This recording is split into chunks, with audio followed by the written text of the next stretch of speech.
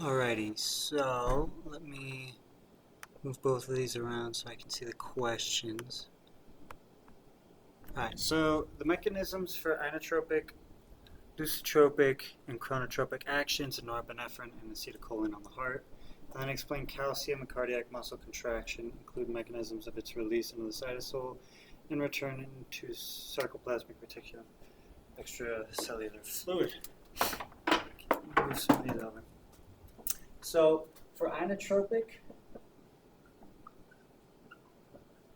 we're going to have norepinephrine. And basically for norepinephrine, what it's going to do is it's going to bind to beta-1 receptors. These beta-1 receptors are adrenergic receptors on the myocytes. This is going to cause a cascade which then increases CAMP. So this is then going to increase CAMP. And increased CAMP also increases protein kinase A, PKA. So the increase in protein kinase A phosphorylates, oh my gosh, I can't speak, sorry, but it'll phosphorylate these L-type calcium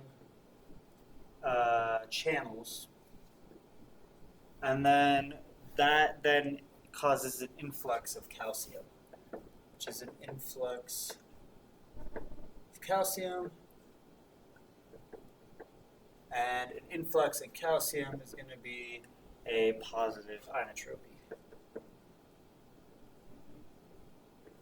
meaning that we're going to have stronger contractions. For acetylcholine, on the other hand, it's sort of going to be the opposite. In these things, we're going to notice how acetylcholine and norepinephrine work basically the opposite of each other. And so acetylcholine is going to bind to muscarinic 2 receptors.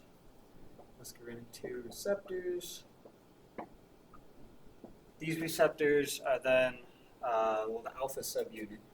I should do that as well, subunit. There we are. So this is going to then decrease CAMP, which if we decrease CAMP, we're going to then decrease protein kinase A, and which is going to decrease the influx of calcium because we're not going to be, what's the term, like activating these L-type calcium channels, and a decrease in the influx of calcium is going to cause negative inotropy. Okay, now we have, what was the next one? Lusotropic.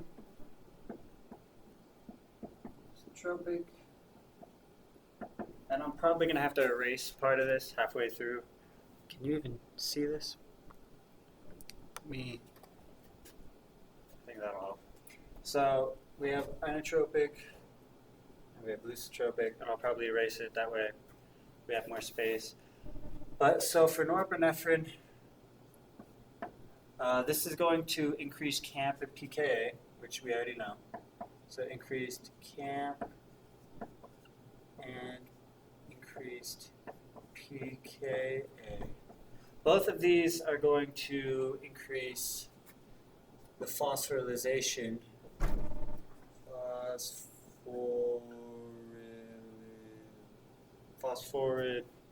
phosphorylation. I can't spell right now. I'm so sorry. Of phospholamban.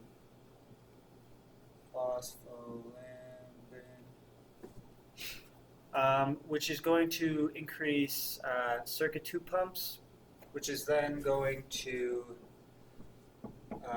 increase circuit 2 pumps, which is going to increase calcium uptake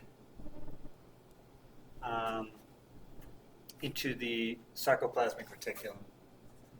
Uptake into SR, which is going to cause faster relaxation, which is positive lusotropy.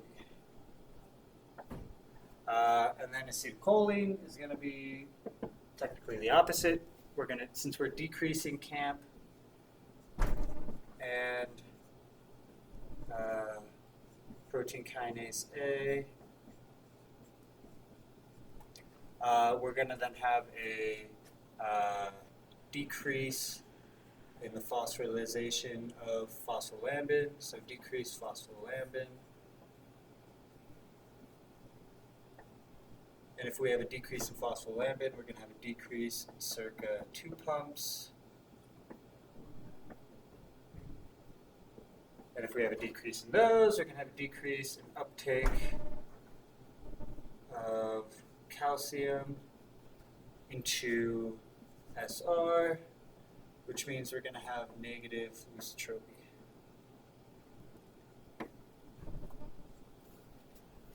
For chronotropic, let me pause this, and I'm going to go get something to erase all this.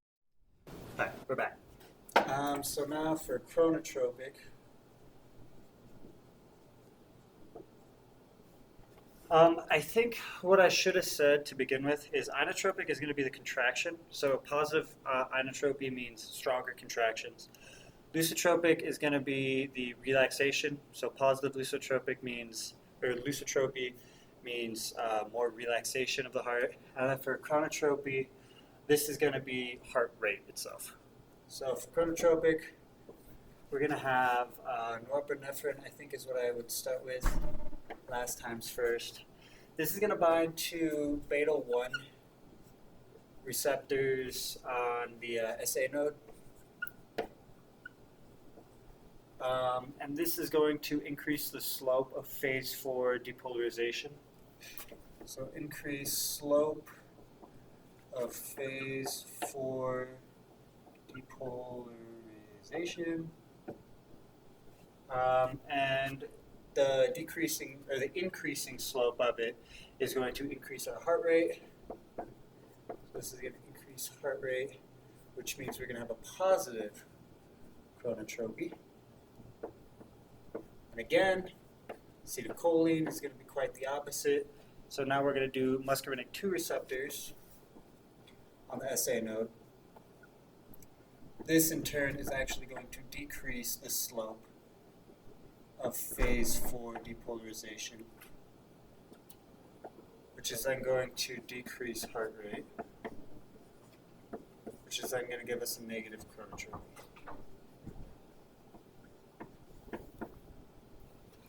And then last bit, because it looks like there's going to be a class that's coming in here, the role of calcium. So calcium, it's going to enter myocytes through, I'm not going to write this all out because it looks like there's a class coming in, and I sort of want to be a little bit quick. But calcium is going to enter myocytes through L-type, I'll write some of this. It'll be L-type calcium channels. And that's how it's going to enter the myocytes. This is going to trigger more calcium to be released from the sarcoplasmic reticulum. So more calcium released. This in turn is then going to increase, it'll be released from the sarcoplasmic reticulum into the cytosol, which I'm pretty sure is one question that it was asking for. So into the cytosol. This increased cytosolic calcium is then going to basically do all the things we learned in the past unit, and it's just going to increase more myosin binding to actin, which is going to be a reason that calcium is so important, because the more calcium we have, the more myosin that can then bind to actin. After contractions, so this is into the cytosol. Let me just see, release into the cytosol, and it's returned into the sarcoplasmic reticulum and extracellular fluid. So afterwards, we got one of two things. For the sarcoplasmic reticulum, basically the calcium can then just be taken. Calcium reuptake via circa pumps. And that'll take it right back into the sarcoplasmic reticulum. But if not, it can then be pumped out of the cell via the, I forgot what it's called, it's the PMCA, which is going to be the plasma membrane calcium ATPase. Yeah. Plasma membrane membrane calcium ATPase. And this is going to then pump the calcium out of the cell into extracellular fluid. And so this was the calcium. This is going to be talking about its release into the cytosol, return into sarcoplasmic reticulum and extracellular fluids. We went over chronotropy with norepinephrine and acetylcholine and how they can do positive or negative chronotropy. We also did with acetylcholine and norepinephrine.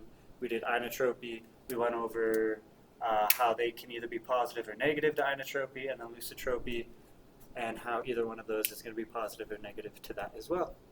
So sweet.